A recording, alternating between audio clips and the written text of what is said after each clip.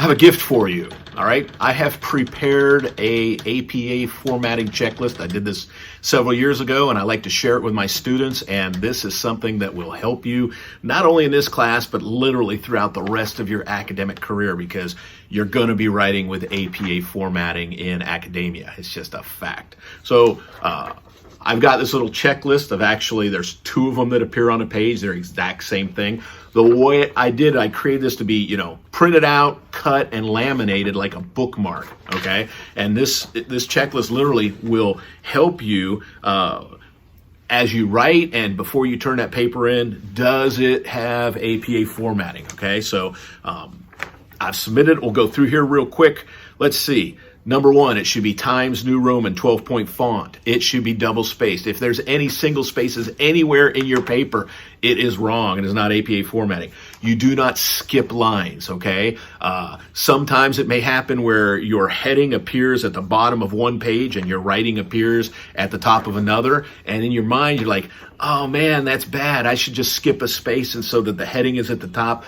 Resist that urge. Do not skip spaces in APA formatting. Okay. On your title page, you're going to have what's called a running header. It's going to be at the top of the page. It's in all caps, but on the title page, it'll say running header. All right. And then you're going to want to insert your page number on the title page.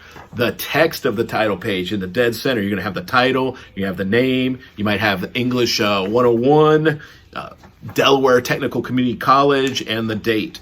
Sometimes you might actually put the instructor's name on it, okay? Your main body. At the top of your main body is going to be the title again in all caps. That's going to be in the header. And then that's going to appear on every other page. So when you set it up in Microsoft Word, you can set up your headers so that the first page, the title page is totally different and all the rest follow the same header. So basically in APA formatting, the title is going to appear 4 times. On the title page, it's going to be up in the running header. There's 1. It's going to appear on the title page. Then when you get to the main body, it's going to appear at the header. There's 3. And then before you start writing, you write the title 1 more time. So that title appears 4 times. In your in your introduction, your first paragraph, do you have a thesis statement? And do you have a preview sentence?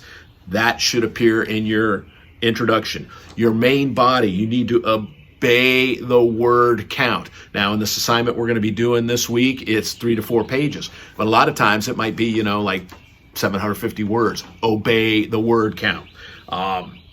Your headings should be centered. They should be bold. There's never an introduction heading in APA formatting, but there's always a conclusion heading. Your paragraphs are going to be indented, 5 spaces, a typical indentation for paragraphs. It's going to be written in third person point of view. So you will not use pronouns like I, me, my, mine, which is first person. Unless, and there's always an exception, and my son says the exceptions negate the rules, but if in the instructions it specifically says you can write in first person, then you can, but you will never, ever, ever write second person point of view in academic writings, never in APA formatted papers, so you will never use second person point of view pronouns like you, me, we, us, our.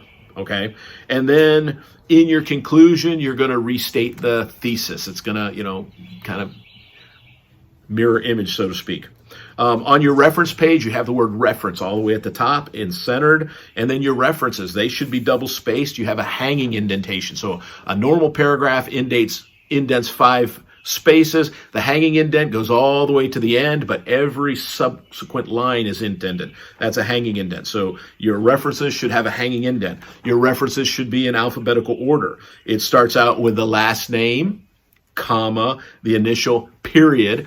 In parentheses, we have the year, period. Okay. In the title, only the first letter is capitalized. All other letters in the title are small case, regardless of how it appears on the book cover, regardless how it appears on the article cover, only the first letter of the title is capitalized, okay? Your source, for instance, so if this magazine came, or this article came from Time Magazine, your source is going to be in italic font, okay? And then, it might be volume and addition, so the volume would be one number followed by a parentheses with the addition inside the parentheses. And then pages, okay? For pages, you would just put like 102 through 110. Do not use P period. Do not write page number. You don't do any of that, okay? And then if you got it from an internet source, you need the word retrieved from, and then you need to put the URL of the internet source. So this is a tool. Again, I want to highly encourage you to go ahead and print it out, cut it out, laminate it, use it as a bookmark. Always use it when you're writing APA formatted papers. It will serve you well.